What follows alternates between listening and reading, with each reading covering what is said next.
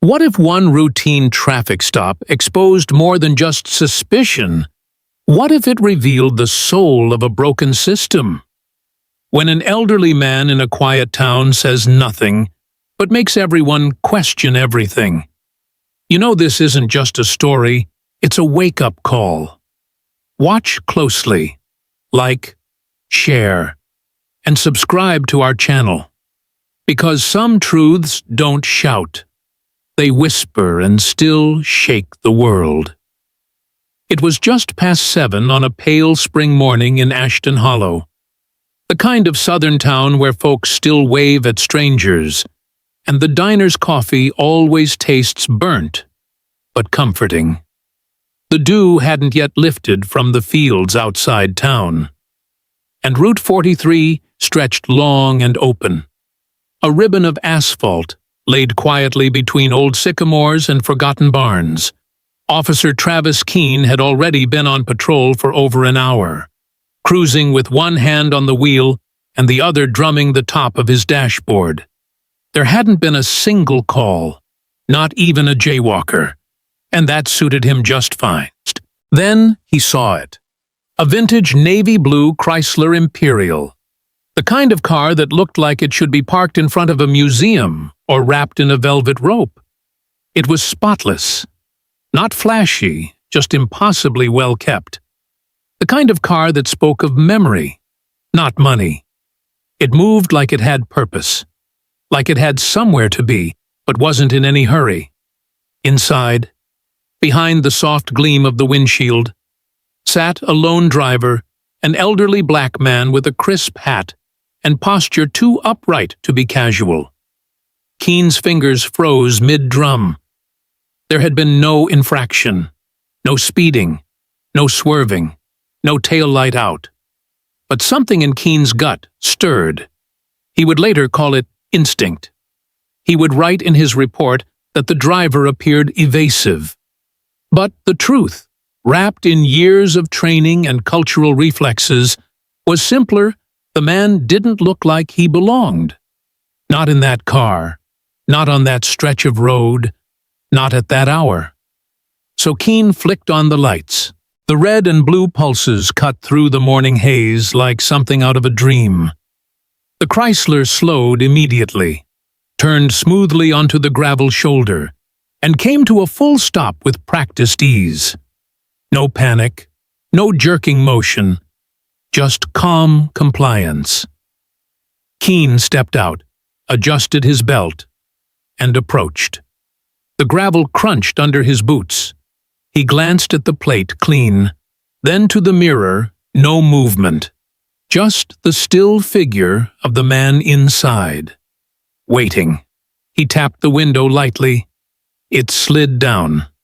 "Morning." "Sir," Keene said, "a little too firm. Mind telling me where you're headed today?" The man turned, and for a second.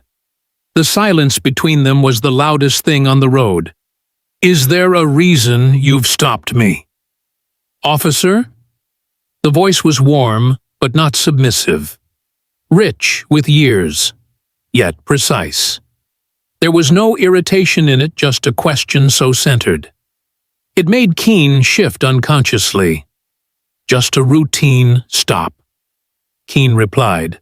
The man nodded once, then slowly reached for his wallet, with the kind of care that only someone well acquainted with danger could understand. He handed over his license and registration in one smooth motion.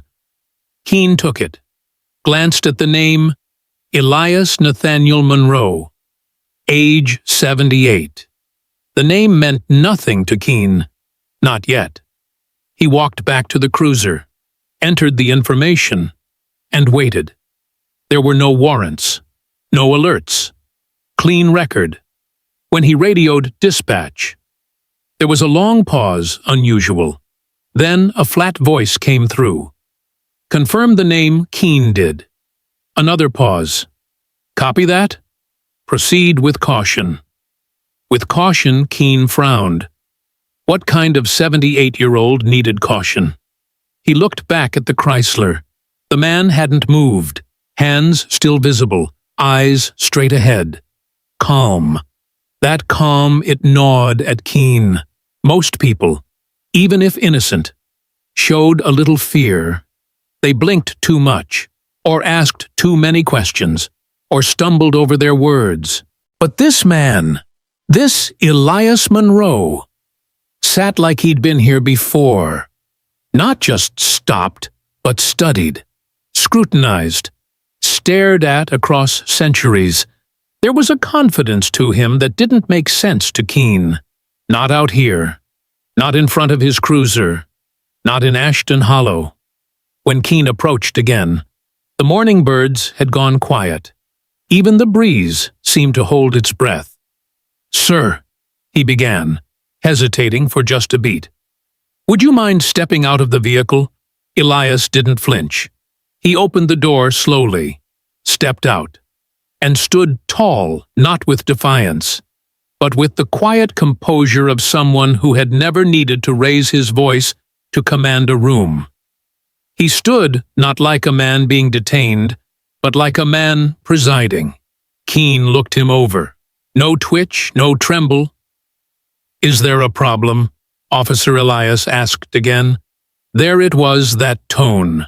Polite, sure, but also surgical, like a scalpel to the ego. "No, sir," Keene said, swallowing. "Just need to be thorough." But the words tasted like dust. This was the moment. The moment everything shifted. Not because of an outburst, not because of a threat, but because Keene realized he had nothing. No reason, no charge, no excuse except a vague, unprovable feeling. Profiling disguised as professionalism. Keene was staring not at a suspect, but at a man whose every breath seemed to contradict the assumptions that had guided his stop. And Elias, he didn't argue. He didn't plead. He simply waited. Not because he trusted the system, but because he had outlived it, survived it, perhaps even reshaped it in ways Keene couldn't yet imagine. The silence grew, not heavy, just true, behind them. A car slowed. A woman in a sedan passed by. Her phone lifted. She was recording. Somewhere a child would see that video. Somewhere. Someone would ask, why was he stopped? The answer, of course, was he wasn't. Not really. He was summoned by a system that cannot yet believe that dignity can come in the shape of a 78-year-old black man. Behind the wheel of a car that gleamed with memory and presence. And for Officer Travis Keene, it would be the beginning of a very public unraveling. But for Elias Monroe, it was just another morning in America. Another day where silence spoke more than sirens, where restraint revealed more than resistance, and where simply being was enough to shake the core of everything built to say otherwise. There was a tension in the air, thick and dry, like the stillness before a summer thunderstorm.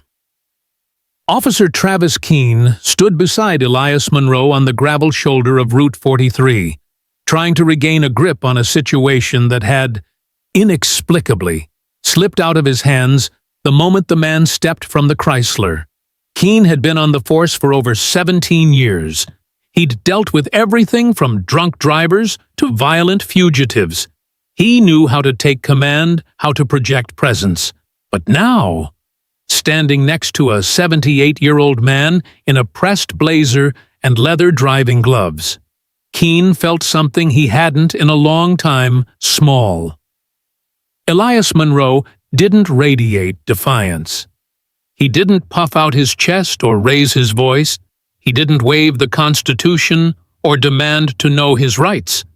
What he offered instead was far more unsettling clarity. That rare, surgical stillness of someone who had nothing to prove and no interest in performance. And that, for Keene, was more dangerous than any raised voice. "Sir," Keene said, the word already feeling strained. I'll need to see additional documentation, proof of insurance." "Of course," Elias replied evenly, his voice rich and calm, as though he were in a courtroom gallery rather than on a roadside with a gun pointed at his chest in policy form. He moved slowly. Deliberately, hands never straying from Keen's view, opened his glove box and retrieved a neat leather folder. It was the kind of thing most people didn't carry anymore. But Elias wasn't most people. As Keen flipped through the documents, something caught his eye. A small embossed seal in the bottom corner of the driver's license. Subtle, but official. He looked closer, his brow furrowed.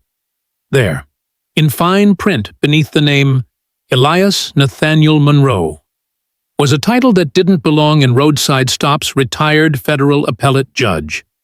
10th Circuit. Keen's mouth went dry. He looked up. Elias was watching him not with judgment, not with pity, but with something even harder to face: patience.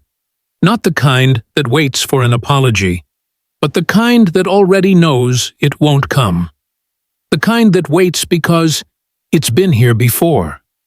"Too many times, Keen started, then stopped. "You were a judge, I still am," Elias said with a faint smile. "Just no longer active on the bench. Retirement doesn't take the title. Officer. Only time does that." Keen swallowed. Hard. The 10th Circuit. That was federal. That wasn't traffic court or small claims. That was constitutional law. That was precedent-setting authority. That was the level above Keen's entire chain of command. In fact, if Keen remembered correctly, and he did, now, with dawning nausea, it was Elias Monroe's signature on one of the procedural handbooks still used in their department training modules. The irony tasted metallic in his mouth. "I didn't realize," Keen said, shifting slightly. "Your name wasn't flagged." "I'm not a threat." "Officer," Elias said gently, "never have been." There was no heat in his voice, no bite, but the weight of the words landed like thunder. Not a threat, but still, somehow, worth stopping, worth inspecting, worth questioning. The balance of power was supposed to lean toward the badge, the radio, the squad car. But in this moment, with Elias standing tall and unflinching in the morning light, it was Officer Keen who felt exposed, outranked not by title, but by presence, by history. And worse, Elias knew it, not with arrogance, but with the ache of familiarity. Keen tried to find his footing. "I meant no disrespect, Judge Monroe." "And yet," Elias said softly, "here we are." A silence passed between them. No cars, no wind, just the low hum of the patrol cruiser and the sound of Keen's heart hammering in his ears. "I was on my way to St. Augustine Memorial." Elias continued. "Today marks 30 years since I buried my brother. He served in Korea. I bring flowers every year. That's all I'm doing. Driving a car that belonged to him. Wearing the watch he gave me before he shipped out. I don't speed. I don't curse. I don't give anyone a reason to look twice." Keen stared at the gravel beneath his boots. "And yet," Elias repeated. Quieter now. "Here we are." Keen had nothing to say, nothing that wouldn't sound like excuse, nothing that wouldn't collapse under the weight of the truth standing beside him. "You may not recognize me." "Officer," Elias added, "but I helped write the state's procedural code you used to justify this stop, the one you now feel slipping through your hands. I helped train judges who presided over cases like the ones you've arrested for. I've read every statute you cited, and I've ruled on what they mean." His voice remained calm, not a decibel higher than when the conversation began. But in that stillness, Keene felt himself shrinking like the boy who once believed putting on the badge would make him invincible. But none of that matters. Does it? Elias said, more to himself than to Keene. Because before you saw my credentials, you saw my skin. It wasn't an accusation. It wasn't anger. It was fact. Stated plainly, like reading from the morning paper. Keene looked up, his mouth parting as if to speak, but nothing came. And that was when it hit him. This wasn't just a stop. This wasn't just a moment. This was a fracture, one of those rare, silent ruptures in the social fabric that would replay in the minds of everyone who watched the video later. The one now surely being recorded by the teenager across the road. The one where a man of law, a writer of justice, a builder of the system, stood quietly while the system pretended not to know him. No yelling, no headlines, just a gentle old man, dismantling an entire illusion with nothing more than truth and stillness. And Officer Travis Keene. He wasn't in control anymore. He wasn't even sure if he ever had been. Not with men like Elias Monroe walking among them. Bearing witness, not with rage, but with record. And not to be seen. But to remind everyone watching what justice once tried to look like before fear got in the way. Back inside his cruiser, Officer Travis Keene sat rigid, staring at the computer screen as the name Elias Nathaniel Monroe pulsed softly in the search bar. One tap of the enter key, and the hum of the engine was swallowed by silence, his own silence, and that of the dispatch line that now held longer than protocol ever allowed. It wasn't just dead air. It was deliberate pause, the kind that carried weight. Keene had run thousands of names through this system. It was second nature click. Wait. Confirm. But this time, the interface seemed to hesitate, as if the system itself recognized who it was being asked to profile. Then came the voice. Confirm the name again. Officer Keene cleared his throat. Monroe. Elias Nathaniel. Born July 10th, 1947. Another pause. Hold. Please. That's when the unease settled deep in Keene's chest, not the kind that rose in adrenaline, but the cold, coiling kind that moved like regret. He glanced up through the windshield. Elias stood exactly where Keene had left him, one hand resting gently against the gleaming hood of the Chrysler, the other hanging at his side. He hadn't shifted. He hadn't paced. He simply waited, like a professor waiting for a student to catch up to a lesson he should have learned years ago. A second voice came over dispatch. Lower, measured. Officer Keene, this is command. Step out of the cruiser and speak with the subject again. Keep your tone respectful.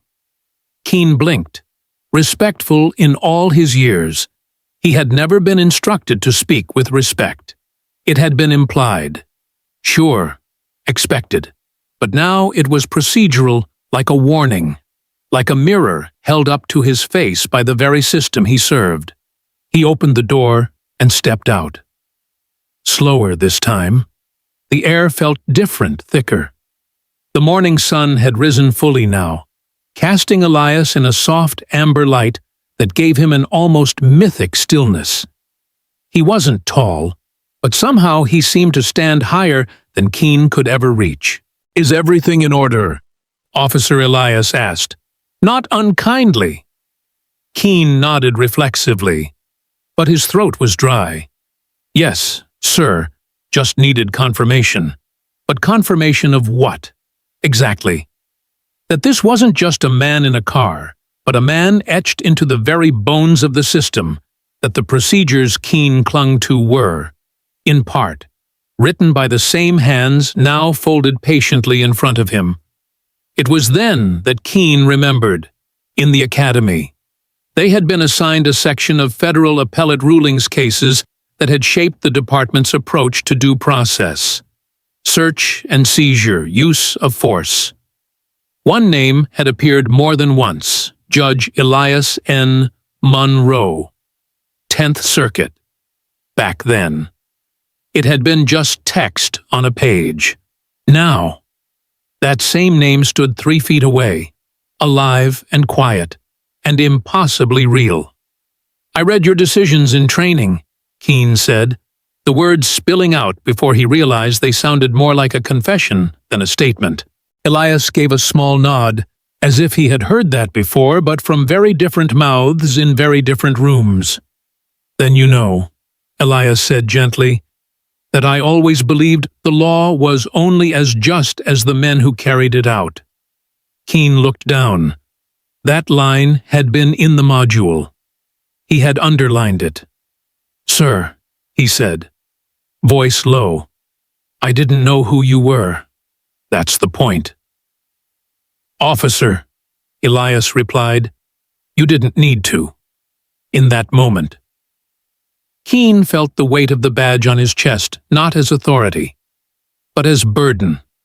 He had worn it like armor. Now it pressed down like judgment. What Elias offered in return was not anger. It was grace, but not the comfortable kind. This grace held a mirror. It didn't forgive. It revealed. It showed Keene not just what he had done, but who he had become. A man who could pull over a retired federal judge, without cause, and still stand there as if dignity required validation. "Do you know," Elias said quietly, "that when I was a young man in Montgomery, I was stopped on my way to my first law internship, no cause, just a face that made someone nervous. That officer asked me if I knew my place." He paused. "I spent my entire career trying to define that place, not for myself, but for the system that couldn't seem to find it on its own." Keene's heart pounded. It wasn't fear. It was recognition. He had believed for so long that the badge stood above error, that as long as he followed policy, he was righteous. But now he saw it differently. The badge wasn't above, it was beside. It was supposed to stand with the Constitution, not in front of it. And standing in front of him now was one of the few men who had shaped what that meant. He turned slightly, caught sight of the dash cam blinking red in the cruiser window, recording everything. Not just sound, but body language, breath, posture, legacy. Keene swallowed again. He felt something shift inside, an unfamiliar sensation. Not shame exactly, but exposure. "I think I owe you an apology," he said. Elias smiled, soft and weary. "You don't owe me anything, officer. But you owe something to the uniform you wear, and to the people who see it before they see you." It was a simple sentence, but it shattered something deep within Keene, something hardened over decades of unchecked assumptions and quietly reinforced biases. Elias Monroe hadn't stopped being a judge. He was holding court now, right here, with no gavel, no bench, only truth, and presence, and memory. For the first time in his career, Keene didn't feel like the enforcer of the law. He felt like a student of it. And Elias was the lesson he never saw coming. Back at the cruiser, dispatch crackled once more. Everything clear. Officer Keene hesitated, then pressed the mic. "Affirmative. Subject released without citation." But what he didn't say was what really mattered. That, in the space of 10 minutes. He had been judged not by the public, not by social media, not even by protocol, but by the quiet. Living measure of justice itself. Elias Monroe, not a suspect, not a threat, a mirror. And sometimes, the hardest thing to face is yourself. The moment came not with a command, but with a question soft, uncertain, and unnecessary. Yet it floated into the quiet like a feather drifting to the floor. "Sir, would you mind opening your trunk?" Officer Travis Keene regretted the words even as he said them. There was no justification, no cause. Elias Monroe had already provided his identification, insurance, and federal credentials. The record was clean, his demeanor calm, and his presence almost too dignified for the setting. But something inside Keene, a stubborn reflex bred into the bones of too many officers for too many years, couldn't let go of procedure.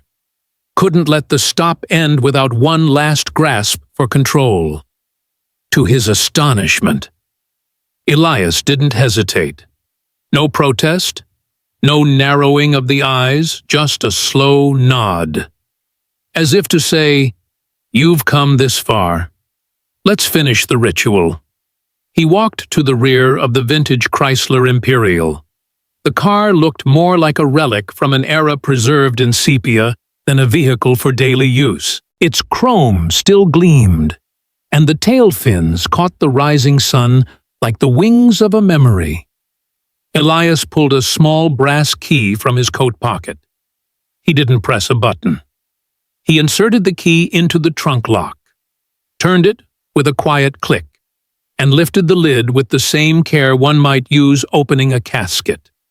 What lay inside stopped Keene in his tracks. No weapons, no hidden compartments, no smuggled items or signs of suspicious behavior.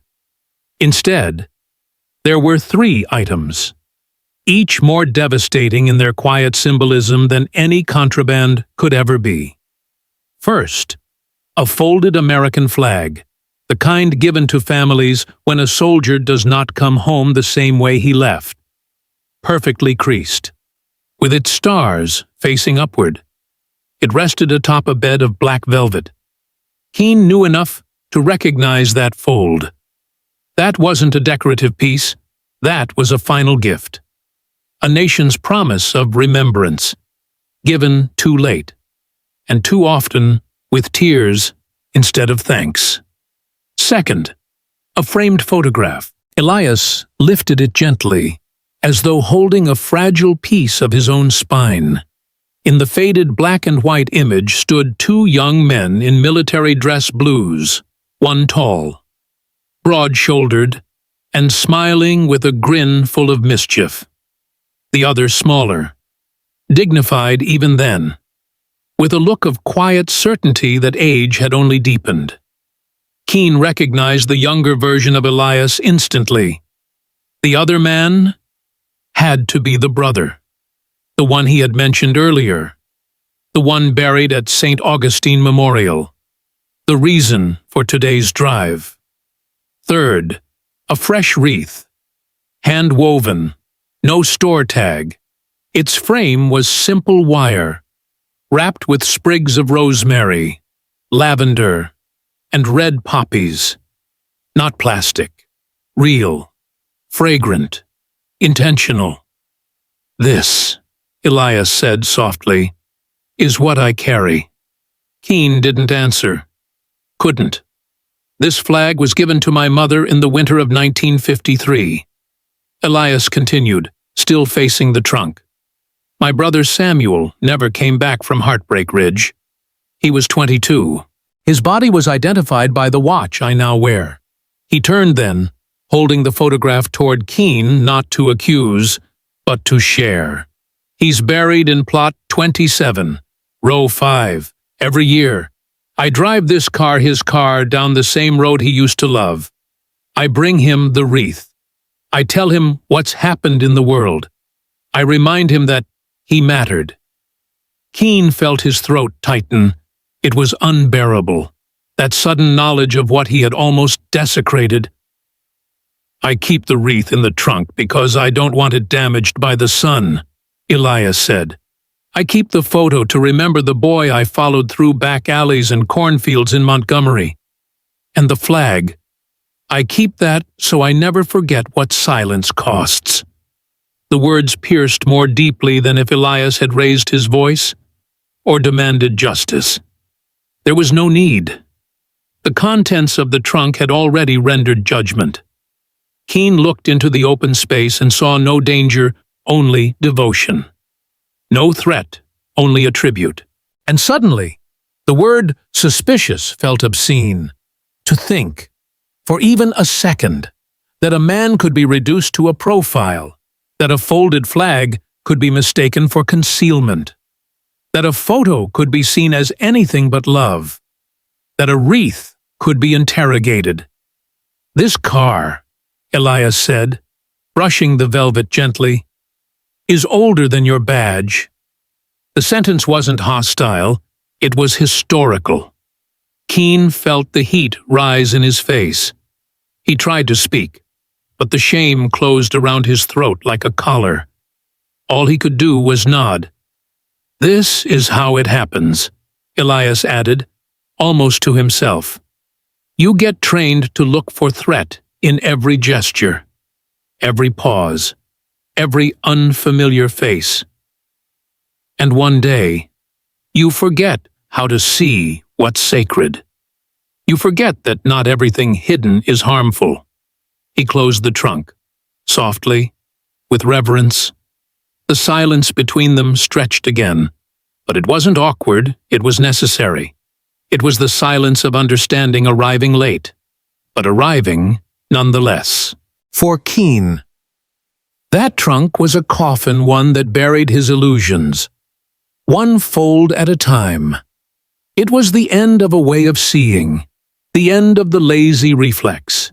He'd never again ask someone to open a trunk without remembering this moment, without remembering what Elias Monroe revealed, not by force, not by protest, but by offering the weight of memory itself. They stood there for another minute, neither of them moving. Just two men, one younger, one older, both finally seeing the other clearly, one holding a badge, the other history. And in that unspoken understanding, the badge meant something far older than law. It meant truth. It meant grief. It meant love. And for the first time, it bowed its head. It began, as these things so often do now, not with a headline or a statement, but with a video, no more than 2 minutes and 12 seconds long. Framed slightly crooked. Filmed from the passenger side of a faded red pickup truck, parked across Route 43 near the edge of the tree line. The woman recording it, a local named Rena Holloway, hadn't meant to catch anything world-changing. She was just waiting to turn onto the main road, sipping her morning coffee, when she saw the lights from Officer Keene's cruiser flash against the body of a vintage Chrysler Imperial. Something about the contrast, the violence of the lights against the stillness of the old car, made her hit record. She captured the last half of it, Elias Monroe standing beside the open trunk, gently lifting a folded flag.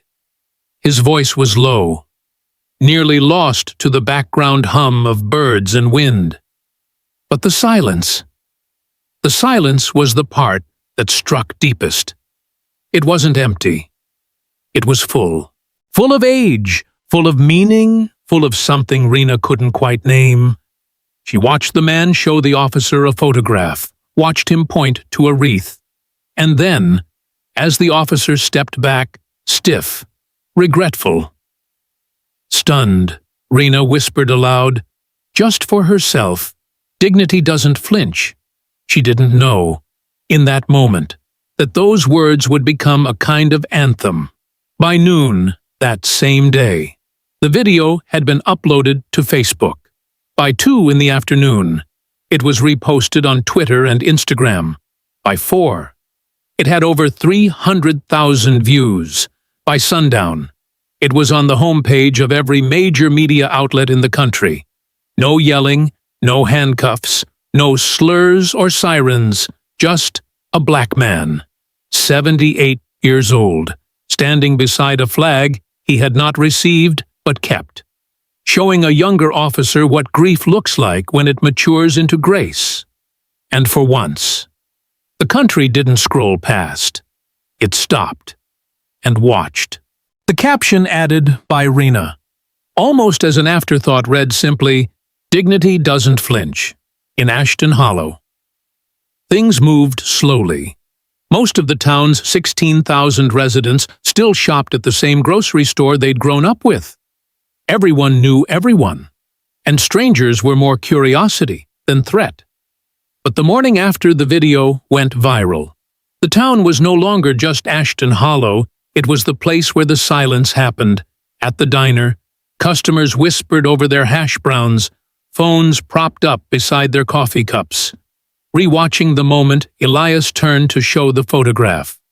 At the barber shop, men who'd served in Korea and Vietnam sat back in their chairs, eyes wet, muttering, that was his brother.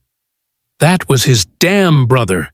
In churches, sermons changed mid-sentence. In classrooms, students raised hands not to answer questions, but to ask new ones. Why did they stop him? Why didn't he fight? Why does this feel like it's always been happening? By the end of the day, the mayor issued a statement, not a defense, not a denial, but something rare, a pause. We are watching with the rest of the nation. Ashton Hollow does not run from reflection, but reflection had already begun. Local high schoolers printed out still frames from the video and taped them to lockers. Art teachers turned the image of Elias beside the trunk into sketch assignments. Pastors reworded scripture to match the moment. And at St. Augustine Memorial, where Elias had left the wreath, mourners not connected to the family began to leave handwritten notes. We saw you. We honor you. We're sorry. By the following weekend, national commentators weighed in, not with outrage, but with awe. The absence of shouting made the message louder. This wasn't a spectacle, it was a slow burn. A mirror held up to everyone, whether they wanted to see it or not, and the question began to ripple. If someone like him can be stopped like this, asked one anchor on a Sunday morning panel, who among us is truly safe from suspicion? It wasn't a rhetorical question. It landed hard in living rooms and boardrooms, on sidewalks and campuses. It cut through party lines, race lines, class lines. It dug underneath the usual noise and settled somewhere quieter the heart. Because Elias Monroe had not been a teenager in a hoodie. He had not been a man running, or resisting, or shouting. He had been still, respectful, composed, and yet still questioned, still stopped, still treated like an unknown until credentials rearranged perception. And that was the wake-up call. The story became less about Keene and more about all the Keenes out there, those who followed protocol but missed the point.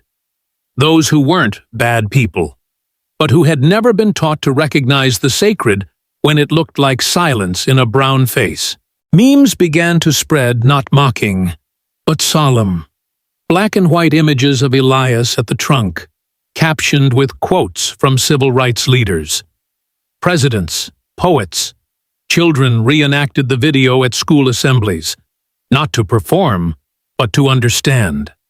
A university in Georgia announced it would be adding the incident to its curriculum under a new unit called Everyday Reckonings. Back in Ashton Hollow, Elias remained silent.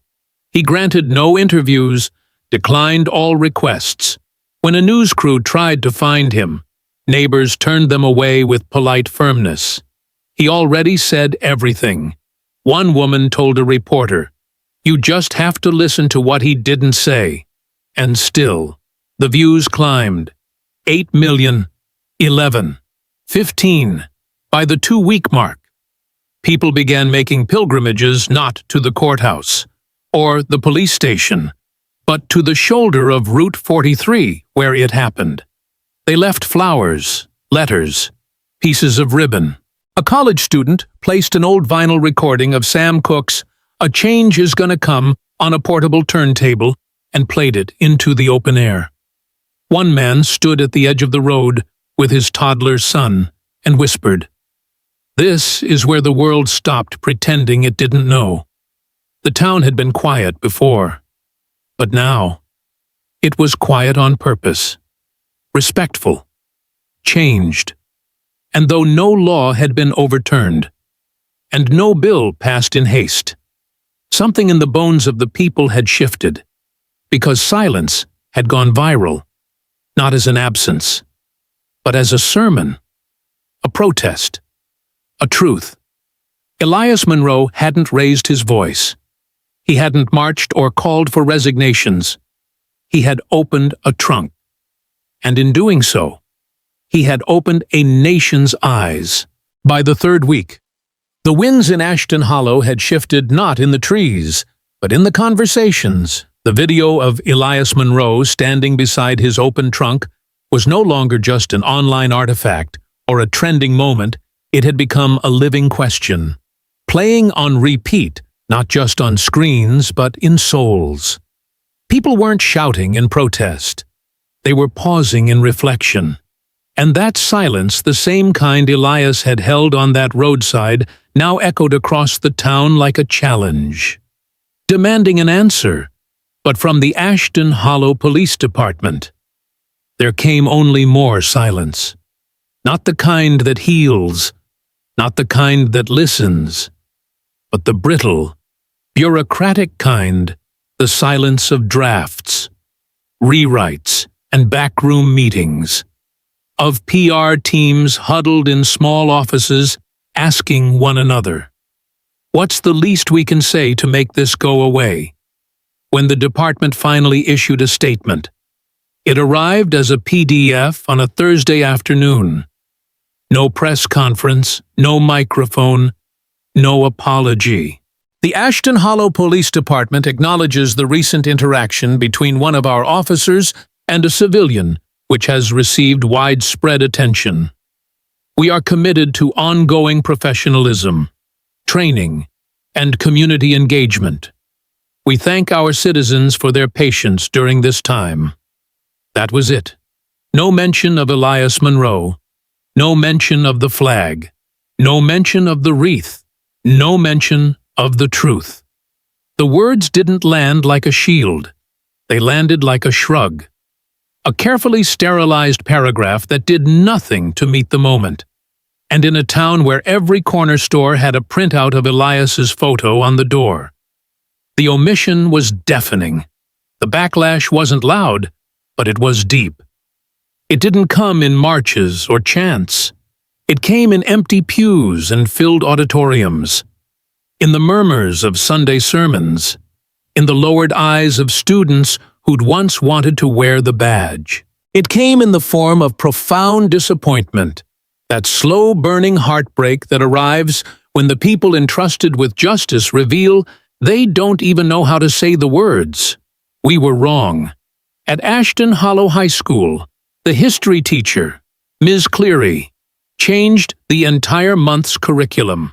Gone were the textbook chapters on Civil War timelines. In their place, 4 weeks titled Justice, Memory, and the Language of Power. Students were asked to write essays answering just one prompt. What is the cost of silence at First Trinity Church? Pastor Lenfield stood before his congregation and held up the police department's statement. "This," he said, his voice quivering, "is a letter from a ghost. It passes through you, leaves nothing, and reminds you only of what should have been there, at the Ashton Hollow Civic Center." Folding chairs began filling up for something the town had never really embraced before: community forums, not lectures, not town halls where people came to yell. These were spaces to listen to each other, to the moment, to the ache that had spread without violence, but with unmistakable depth. One night, a 9-year-old girl stood at a microphone beside her grandmother and asked, "If he was a judge and he still got stopped, what happens when I grow up?" No one in the room could answer her. Some wept. Most just bowed their heads. The silence from the department had been meant to protect its image. But what it revealed instead was a vacuum of courage, a fear not of protesters or reporters, but of truth. The truth that a man like Elias Monroe had exposed something too raw to control a system that didn't know how to recognize dignity unless it came with credentials. And even then, barely. Letters poured into the department, hundreds of them, handwritten, typed, folded in school notebooks and typed on embossed letterhead. They weren't angry. They were mournful. A retired teacher wrote, "I defended our local police to my students for 25 years. This week, I could not." A middle schooler wrote, "We watched the video in class. I wanted to be a cop. I still might. But now I wonder if the uniform means you can't see people the right way." The chief of police, a man named Gerald Timble, remained out of sight. He didn't speak publicly. His deputies gave no interviews. Patrol cars rolled quietly through the streets, windows up, eyes averted. They were still present, but now they felt absent, as if they were ghosts of their former authority, drifting through a town that no longer trusted the sound of their engines. And still, Elias said nothing. He returned to his home on the edge of town. The shutters stayed closed. The porch light flickered on at dusk, off by dawn. When asked for comment by a journalist who managed to slip a note under his door, the reply was handwritten on cream paper and brief, "When a man brings you a mirror, the question is not what he says. The question is, did you look?" That single line was published in newspapers across the country. And for many, it hit harder than any press release ever could, because that was the heart of it. Ashton Hollow had been given a mirror, and the ones meant to lead, meant to protect, meant to serve, had turned away from it, had blinked, had pretended the reflection wasn't theirs. But the people hadn't. They had seen it, the image of a man with a folded flag, a weathered face, and a history that should have shielded him but didn't. And they remembered, not out of rage but out of responsibility, in the absence of apology. The town began to write its own, not with speeches, with action. Teachers revised their lesson plans, ministers rewrote their sermons. Artists painted murals of Elias Monroe in profile, stoic, strong, trunk open to the light. And in the middle of the town square, someone erected a plaque. No committee, no permits, just a stone set in the earth with 6 words engraved in brass. Dignity doesn't flinch, but it remembers. It wasn't justice, not yet, but it was truth. And for Ashton Hollow, it was finally a beginning. The house at the edge of Sycamore Lane was unusually quiet. Not the kind of quiet that follows sleep, or even the kind that settles after a long day, but the uneasy, hollow quiet that fills a home when something unspoken hangs in the air. Officer Travis Keene stood at the doorway of his son's room, watching through the narrow slit where the door hadn't quite latched. Inside, Mason sat at his desk, headphones on, the screen in front of him playing that video for the 3rd time that week. Keene didn't move. He couldn't.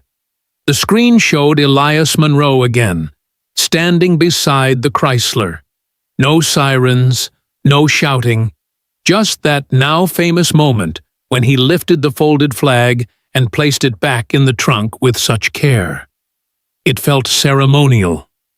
Mason watched it, shoulders stiff, hands motionless on the desk, even through the crack.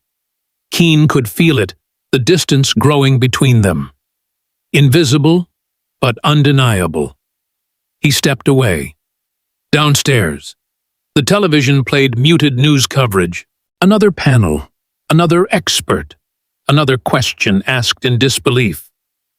If a man like Judge Monroe can be stopped without cause, what does that say about the state of policing in America? Keene muted it without thinking. He had become background noise in his own life. It had been 5 days since the department's statement, and the backlash hadn't come in riots or graffiti. It had come in eyes, the way neighbors no longer waved, the way his pastor's handshake lingered just a moment too long before letting go, the way his wife, Carla, now took more walks alone than with him. But nothing cut deeper than Mason. For as long as Keene could remember, his son had idolized him. As a toddler, Mason had paraded around in an old patrol cap. At 8, he built Lego police stations and recited Miranda rights to the family dog. He once stood up at school career day, looked out across his class of 3rd graders, and proudly declared, "My dad keeps people safe." That was then.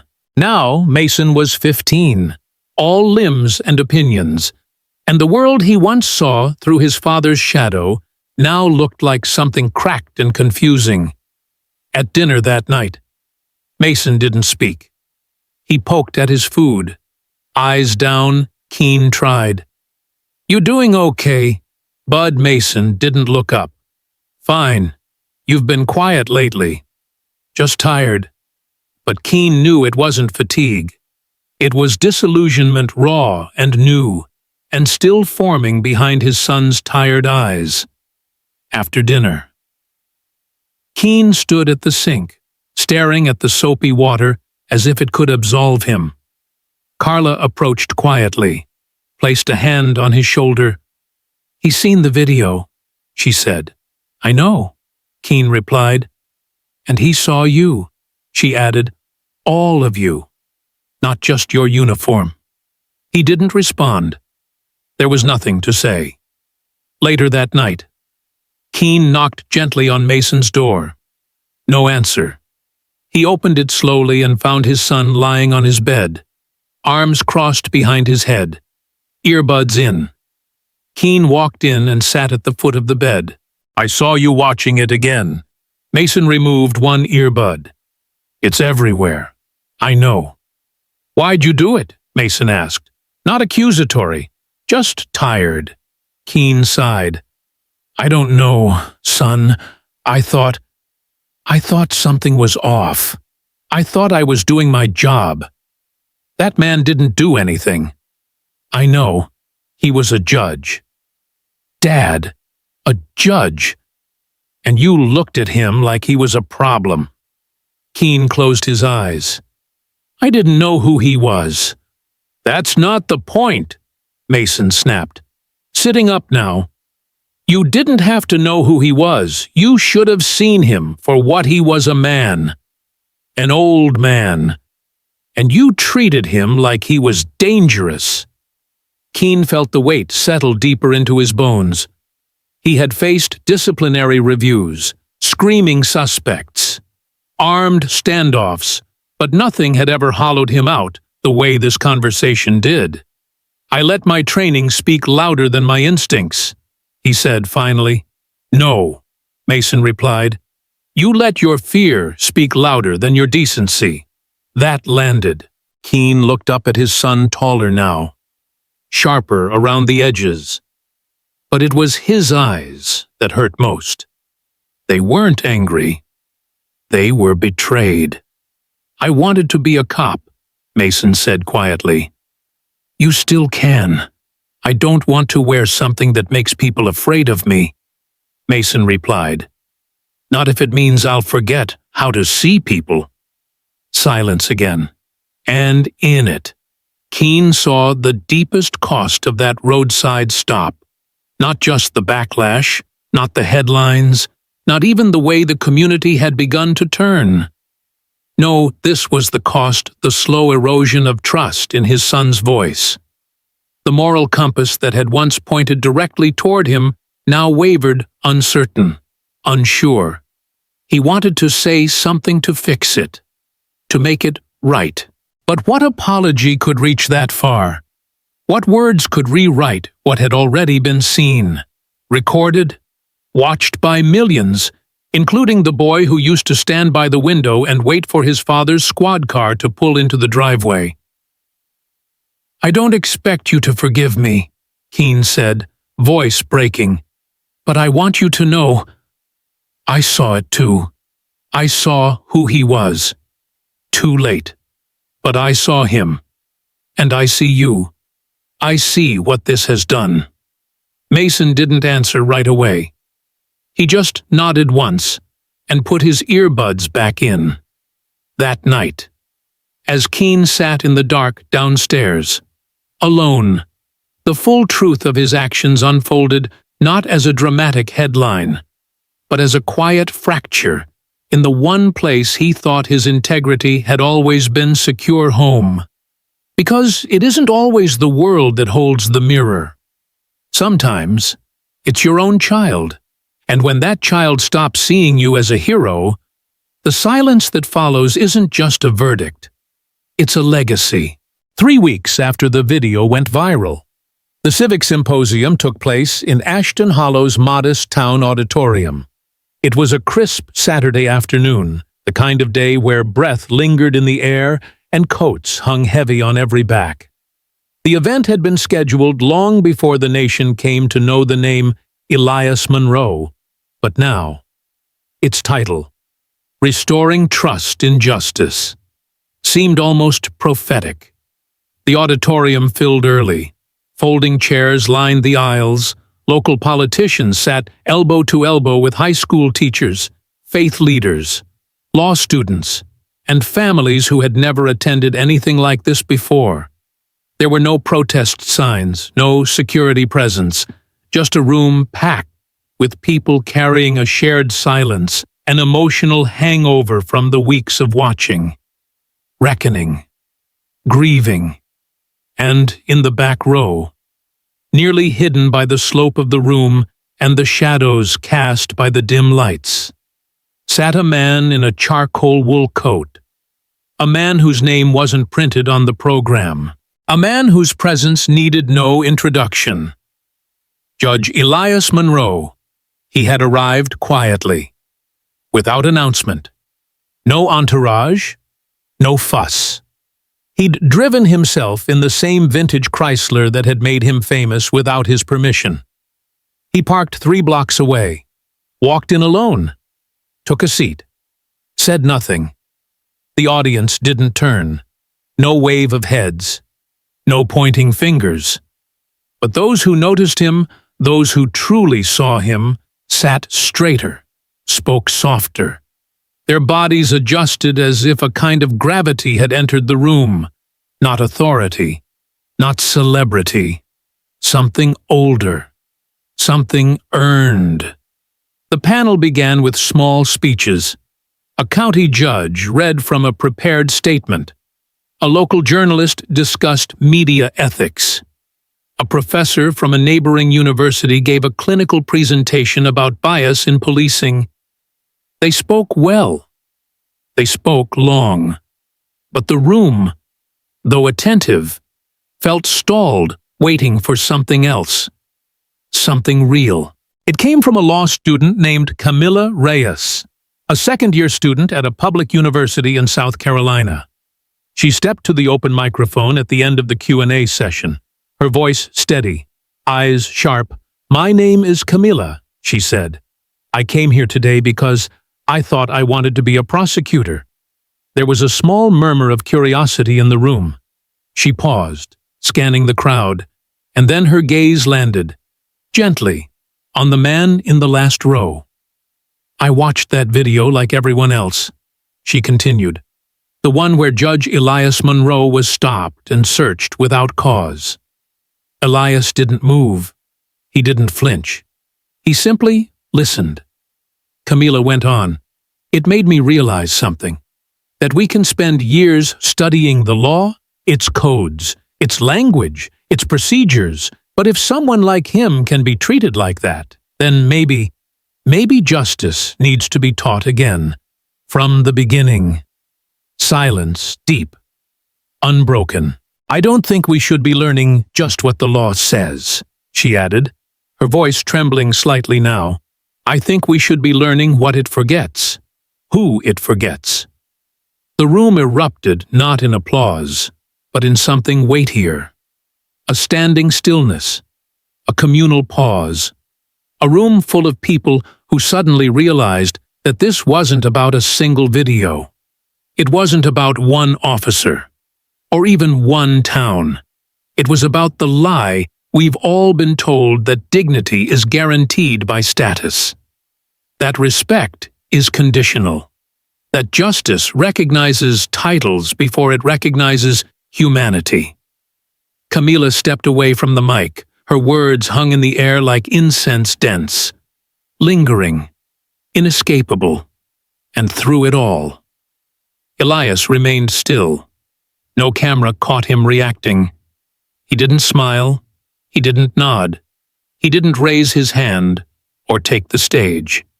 He simply sat, hands resting on his cane, eyes fixed on the podium as if the moment didn't belong to him at all. That was the brilliance of Elias Monroe. He never once declared himself a leader, never asked to be a symbol, never fought for a platform. And yet, his silence spoke with more weight than any law professor in the room. After the symposium, people lingered in the lobby. Some cried, some hugged, some stood in long circles, whispering about reforms and reading lists and the need to start over. But no one left the auditorium without glancing, just once, toward that back row. By the time they turned to look, Elias was already gone. No farewell, no handshake tour. He had slipped out as quietly as he had arrived. A man who had once written appellate opinions that shaped federal rulings, now choosing to shape something harder to define conscience. And that's what stayed with people. Not his credentials, not his age, not even the details of the traffic stop, but his presence. A presence that needed no amplification, that required no defense. Elias Monroe had become something rare in American public life, a moral anchor. Moral.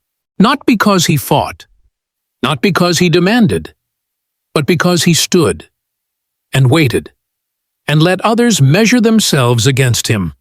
Weeks later, Camila Reyes's quote would be printed on the inside wall of the law library at her university. If he can be stopped, then maybe justice needs to be taught again from the beginning. And below it, in small print, dedicated to Judge Elias N. Monroe, who never raised his voice but made the world hear him. True leadership isn't always loud. It doesn't always stand at the front of the room. Sometimes, it's the man sitting in the last row watching the world he tried to shape, still trying to teach it something one final time. It didn't happen all at once. That kind of change never does. There was no grand declaration, no sweeping legislation overnight. What came instead was quieter, slower, but deeper. It began not with the sound of protest, but with the rustle of pages turning in classrooms, the pauses in locker-lined hallways, the murmurs in community meetings, and the silence between breaths when people finally allowed themselves to ask, "How long have we been asleep?" Weeks had passed since Elias Monroe sat silently in the back row of the Civic Symposium. He never took the podium. He never accepted a single interview. And yet, his absence from the spotlight had become the very light that illuminated something America hadn't been ready to confront, not just racism or profiling or abuse of power, but the most dangerous assumption of all that justice would take care of itself.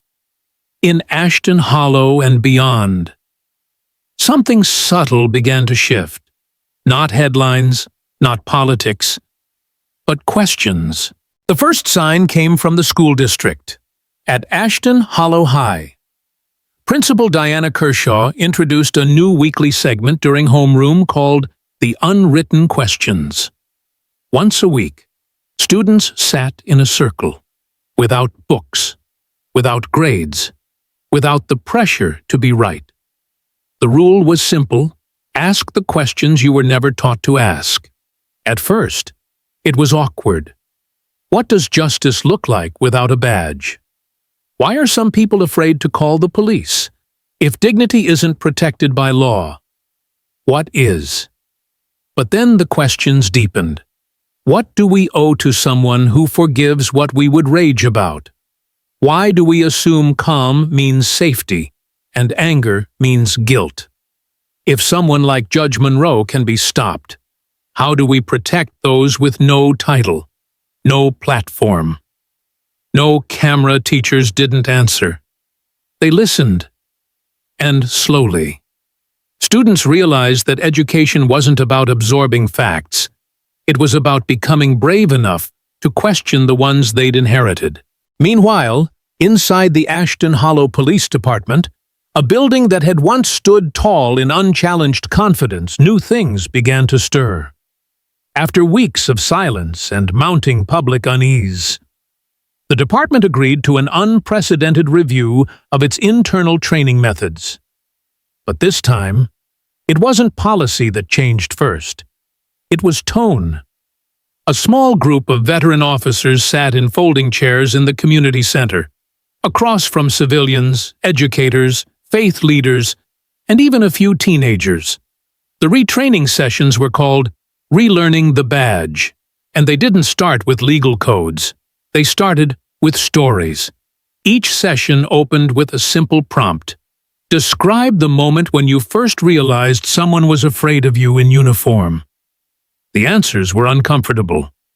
One officer described a child shrinking behind his mother at a grocery store. Another admitted how a man once called him "sir" 10 times in a sentence, his voice shaking, just for asking directions. Some officers cried. Some sat in shame. Some didn't return the next day. But those who stayed changed. They began to understand that the authority they carried was not just power. It was presence. It had weight. It could either comfort or crush. And that difference lived not in the laws they enforced, but in the questions they chose to ask. Even routine traffic stops began to shift. Officers were encouraged, required to ask not just license and registration, but "How are you today?" and "Is there anything I can do to help?" It was small, but for many, it was the first time they had been addressed as a human being before being judged as a profile. Elsewhere, the ripple spread. In churches, sermons that once leaned into safe parables now embraced the harder truths of race and responsibility. In town halls, citizens stopped asking, "How do we stop crime?" and started asking, "Why do we equate blackness with suspicion?" In universities, law students re-examined foundational cases and asked professors, "If this code didn't protect Elias Monroe, what good is it for the rest of us?" And in homes across the country, parents began talking to their children about fear, not to warn them, but to understand it, not to dismiss it, but to name it. For the first time in years, these weren't just tough conversations, they were sacred ones. It was a cultural shift, quiet, but irreversible, and through it all, Elias Monroe never spoke publicly again. He didn't have to. The video, the silence, the wreath in his trunk, those had already become scripture in their own right. He remained in Ashton Hollow, tending to his late brother's gravesite. walking his neighborhood, nodding to neighbors with the same quiet grace he had carried that day on the roadside. He didn't want to lead a movement, but somehow he had sparked one anyway. Because that's the thing about real change, it doesn't roar. It lingers. It tugs. It makes people stay awake, long after the spotlight fades. And that's exactly what happened. Not a revolution born of noise, but an awakening born of stillness. A decision made by 1,000 different people. In 1,000 quiet rooms, we will not go back to sleep. A retired officer in Michigan started a mentorship program for Black youth. A group of teachers in Oregon rewrote their civics curriculum to include lived experience. Not just law. A city council in Georgia introduced new legislation requiring officers to complete empathy training not annually, but monthly. And in Washington, D.C., a senator quoted Camila Reyes' words on the Senate floor. Maybe justice needs to be taught again from the beginning. And maybe it did. Because the deepest shifts aren't made by punishment. They're made by memory.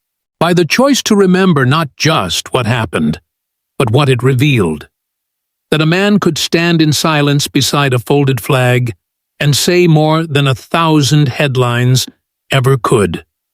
That a teenage boy could look at his father and, in his silence, ask the most painful question of all. Who are you?